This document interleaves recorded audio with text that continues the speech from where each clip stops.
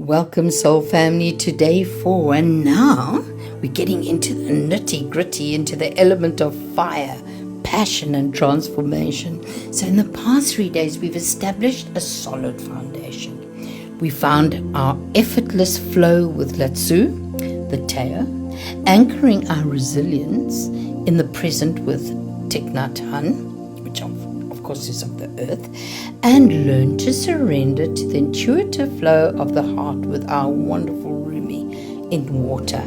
So today we engage the element of fire, the force of energy, passion, and radical transformation. We will work with Siddhartha Gautama, which is our Buddha. Hey? So Siddhartha Gautama was a prince born in ancient India around the 6th century BCE, and according to tradition, he lived a privileged life, sheltered from suffering. Upon seeing the four sights, an old man, a sick man, a corpse, and an ascetic monk, he was profoundly shaken by the reality of human suffering.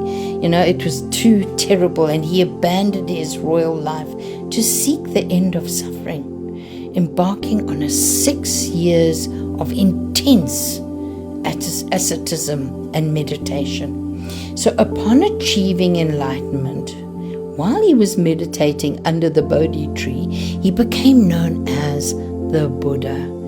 And as we all know, it's the awakened one. And his teachings are centered on the Four Noble Truths and the Eightfold Path.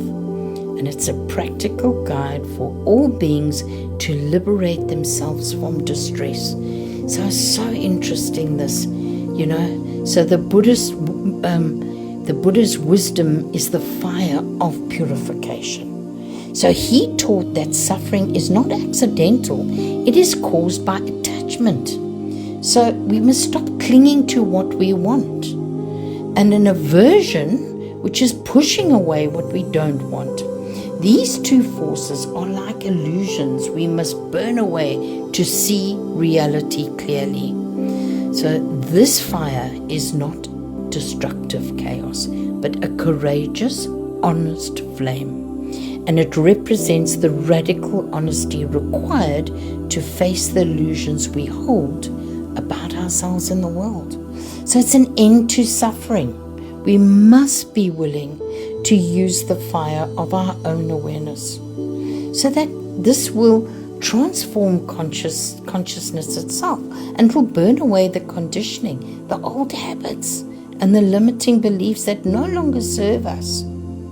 So this is a day to be brave, guys. Can we do this? When we are willing to see things exactly as they are, which is impermanent, changing, and conditional, we harness the tremendous vital energy of fire.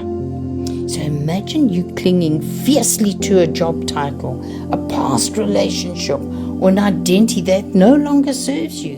The clinging requires a vast amount of your life force. So when you realize with courage, you've got to have the courage, that these things, like all things, are meant to change, you stop feeding the struggle. Interesting, hey? So this energy is your passion for truth. So by letting the fire of honest insight burn away your attachments, you, and only you, free up the energy previously spent on anxiety, clinging, and controlling. So you direct that liberated energy instead towards what? Profound conscious transformation. And then true liberation, fueling your forward momentum with clarity and not with fear. Wow. Okay, so let's check out our journal prompts. Okay, and they're inviting you to harness the transformative fire of your own will.